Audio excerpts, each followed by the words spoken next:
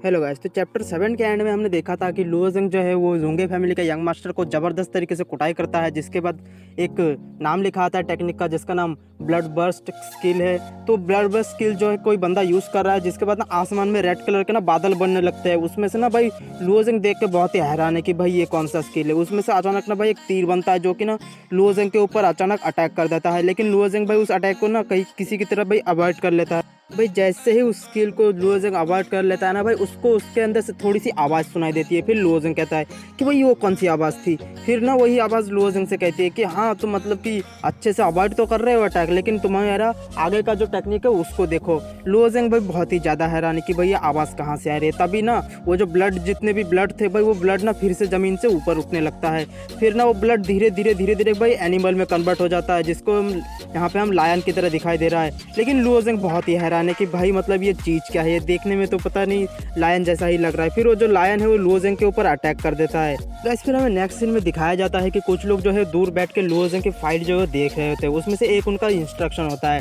फिर एक बंदा वहाँ पे पीछे से कहता है कि भाई ये जो अटैक है देखने तो भाई सोल रहे हैं कि इनेट रैम से लग रहा है कोई भाई बहुत ही ज़्यादा पावरफुल अटैक कर रहा है। भाई अभी इनेट रैम क्या है भाई, अभी हम देखेंगे आगे क्या बताते हैं ये लोग। सभी बैठ के ना भाई उन दोनों की फाइट को देख रहे हैं। तभी एक बंदा जो है हमें यहाँ पे हमारा रैम जो है वो सारा एक्सप्लेन करता है। वो बताता है कि अगर तुम मतलब ब्रेक थ्रू करोगे लगातार तो 5 रैम मिलेंगे तुमको, स्किन फ्लैश बोन विस्केरा और मैरो। भाई अगर इससे भी आगे किसी ने भी ब्रेक थ्रू कर लिया तो वो भाई सोल रैम के इनेट रैम में कहा जाता है उनको। तो भाई जो सोल रैम और जो इनेट रैम है भाई ये बहुत ही ज़्यादा पावरफुल। नेक्स्ट सीन में भाई हम फिर से फाइट शुरू करते हैं, जहाँ पे दिखाया जाता है कि जो लायन है भाई लुओ ज़ेंग के ऊपर अटैक कर रहा है, लेकिन लुओ ज़ेंग बहुत ही ज़्यादा मतलब कि नज़दीकी से बचा है। फिर हमें एक बंदा पीछे से कहता है कि भाई तुम जितना देर से भाग सकते हो भागो, तुम कितना दूर भागोगे, ठीक है तुम सिर्फ कितना दूर डॉच करोगे। तभी हम देखते हैं कि दो बूढ़े दुद्दू कह रहे हैं कि भाई ये बंदा जो है सोल रैम की इनेट रैम वाले बंदे से भी अटैक डॉच कर रहा है, और ऊपर से 10 रैम की ज़्यादा ग्रेविटी है। भाई ये बंदा बहुत ही अच्छा है। फिर हमें नेक्स्ट सीन में दिखाया जाता है कि लुओ ज़ेंग चिल्ला रहा होता है,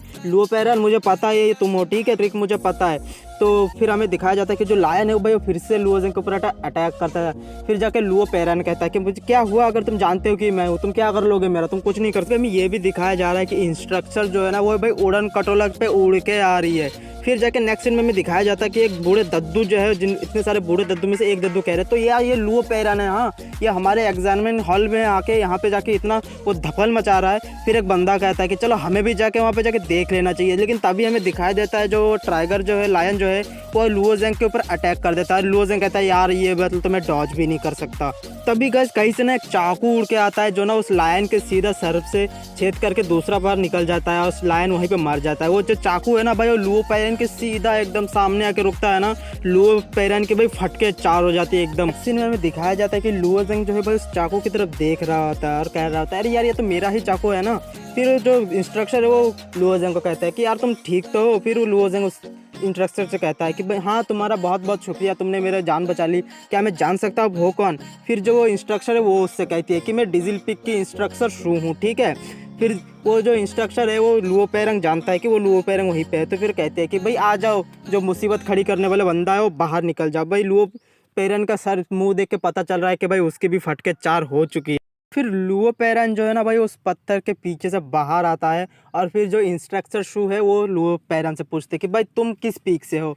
और हम यहाँ पे देखते हैं कि लुओ ज़ेंग जो है भाई आराम से भाई चाकू के पास जाके ना वो अपने चाकू को लेने की कोशिश करता है, लेकिन तभी हम देखते हैं कि चाकू धीरे धीरे हिलने लगता है और वो वापस सीधा जाके शुआ करके वो पीछे की तरफ चली जाती है, जो कि एकदम लुओ पैरन के मुंह से लग के जो इंस्ट्रक्टर शू के हाथ में चला जाता है।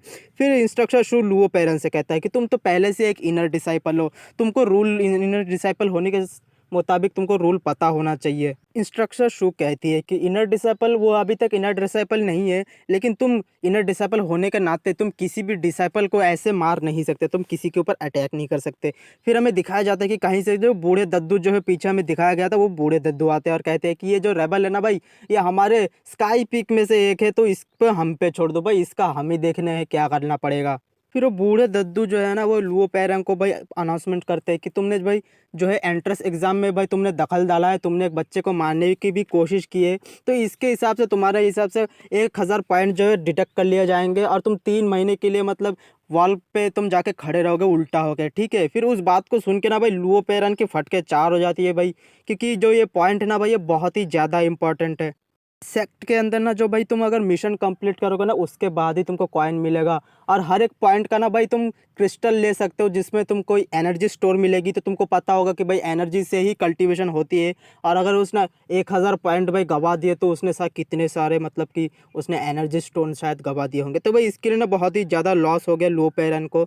फिर जो दूसरा बंदा कहता है कि लो पेरन देखो भाई, यहाँ से लो पेरन भाग नहीं रहा होता। फिर जो एल्डर होते हैं ना वो कहता है कि तुमको क्या और भी सारे पॉइंट यहाँ पे लूज़ करने हैं क्या।